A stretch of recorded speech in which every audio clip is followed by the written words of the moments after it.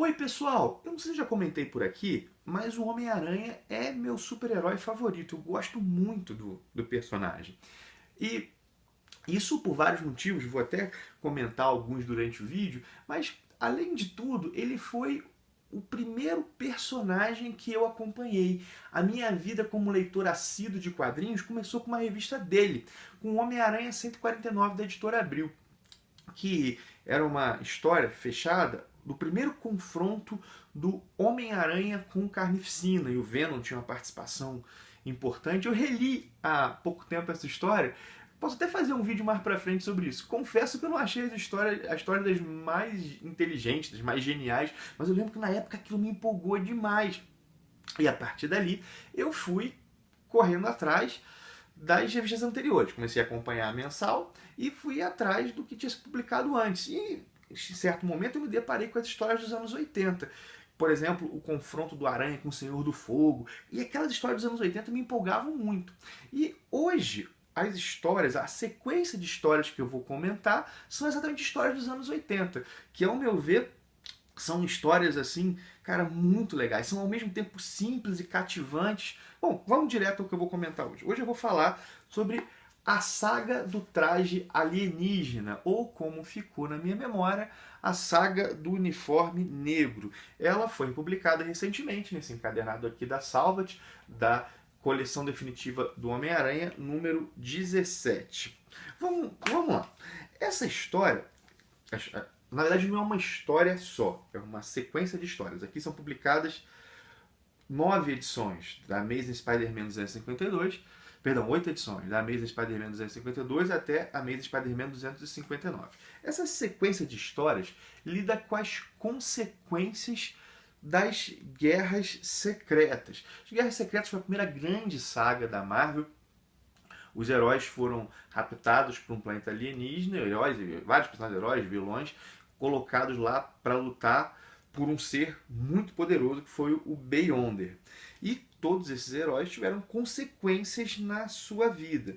E é interessante que essa história aqui, o Aranha, a consequência do Aranha é o uniforme negro, que depois vai se tornar o Venom. É legal porque essa história do Aranha, Amazing Spider-Man 252, sai antes das Guerras Secretas acabarem. Isso foi uma decisão editorial. A história havia, os heróis eram transportados para o planeta, para o mundo bélico, e só que as edições as revistas deles continuavam. E logo na edição seguinte ao lançamento de Guerras Secretas, nós já tínhamos na vida dos heróis as consequências das Guerras Secretas, o que os leitores iam ter que saber, os leitores, claro, dos Estados Unidos, já como que aquilo aconteceu com os heróis, ou seja, no caso do Aranha, como é que ele adquiriu esse uniforme. E ele fazia menções, por exemplo, o que o Galactus fez com a gente. Imagino que isso devia dar uma curiosidade muito grande ao leitor, porque ele fazia menção, mas não descrevia o que tinha acontecido. Bom, o Aranha, aqui é o seguinte, né? Ele está com um uniforme novo, que esse uniforme tem várias habilidades, ele lança as próprias teias, ele consegue virar a roupa que o Aranha quiser, só que ninguém sabe como ele conseguiu. Nas Guerras Secretas a gente descobre que foi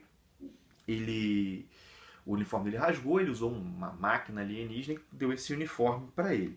De todo modo, não é sobre as Guerras Secretas que eu estou falando, mas sobre a sequência de histórias que está aqui. Cara, tem muita coisa legal. A primeira coisa é que o uniforme não é o centro das histórias. As histórias não giram em torno do uniforme. O uniforme é um elemento. O Aranha está resolvendo várias coisas, tanto na vida pessoal do Peter, como na vida aventuresca do Homem-Aranha mesmo. E ele, de vez em quando, ele menciona, caramba, esse uniforme faz isso. E ele se surpreende com o uniforme. Mas o uniforme é quase como se fosse um detalhe nas histórias. E nesse encadernado aqui, nessas histórias, tem, cara, alguns pontos importantes da trajetória do Homem-Aranha. Por exemplo, nós temos a conversa do Homem-Aranha com a Mary Jane, onde ela revela que sempre soube que o Peter era o Homem-Aranha. Aqui que a gente vê isso, né? Tem também aqui a aventura onde o Peter, né, logo depois que tira o uniforme negro, ele veste uma roupa do Quarteto Fantástico e uma saca de supermercado como máscara, porque ele não tem o que vestir e precisa preservar a identidade secreta. Olha só. Assim, isso não é uma história, ó, caramba, que história, mas foi um momento que ficou marcado na trajetória do personagem. Vez por outra tem referências aqui. Inclusive alguém ele impede um assalto com essa roupa, o pessoal pergunta, quem é você? Ele, o supermercado. É muito legal, assim, essa história, né? Isso é bem característico dessa fase do Aranha, né? Elementos de humor, assim, e, ao meu ver, muito bem trabalhados. Outra coisa que nós temos aqui nessa sequência é que, cara, há muitos coadjuvantes, os coadjuvantes são bem legais. Por exemplo, é uma época que a casa da Tia May está sendo usada feita como pensão para idosos. A Tia May tem vários idosos morando com ela e os idosos são muito interessantes. São personagens bem bacanas, assim. O Clarim também, o Clarim Diário, cara, é muito legal ver os personagens. O Joey Robertson, que acabou de ser promovido a editor-chefe, ou os repórteres lá, a relação deles com o Peter na condição de freelancer, o Peter sendo visto como um mau fotógrafo, ou melhor, como um fotógrafo com poucas técnicas. Tem a Gata Negra, que nessa época é a namorada do Aranha. E mesmo que às vezes os coadjuvantes não ocupem tantas páginas assim, eles são componentes importantes da história e eles vão sendo desenvolvidos. Ao meu ver, são os elementos mais fortes das histórias do Aranha dessa época. Outra coisa que nós temos aqui que é legal é a relação do Peter com a Tia May, que tem alguns elementos diferentes do que normalmente nós vemos, né? Aqui a Tia May está decepcionada com o Peter e eles estão sem se falar porque o Peter abandonou a universidade e ela fica muito chateada dele estar jogando o futuro dele fora. Inclusive, a reconciliação dos dois não se dá nesse arco de histórias ainda, nessa sequência de histórias, mas é algo que é projetado mais pra frente, né? E é muito legal porque isso faz o Peter pensar, será que eu tô jogando meu futuro fora mesmo? E, assim, falando um pouco da forma que as histórias são contadas, não do conteúdo, algo que é muito legal é que, isso aqui é uma sequência de histórias, por exemplo, o Peter chega com o uniforme alienígena, ele chega das guerras secretas, ele volta com esse uniforme negro. Inclusive aqui a página da chegada dele. Tá ele carregando o Kurt Connors, que é o lagarto. E a história vai passando e há vários elementos que são contínuos nas diversas revistas, né? Por exemplo, o uniforme é uma delas, mas não só. A relação do Peter com a Tia May é outra. Mas o Duende Macabro, isso aqui, o Duende Macabro foi dado como morto, mas o Peter acha que ele não está morto. E aí tem toda uma trama em torno da van dele, que era uma van de guerra que foi resgatada pela polícia. Isso vai aparecendo, isso vai sendo desenvolvido nas diversas revistas. Só que cada edição funciona por si mesmo.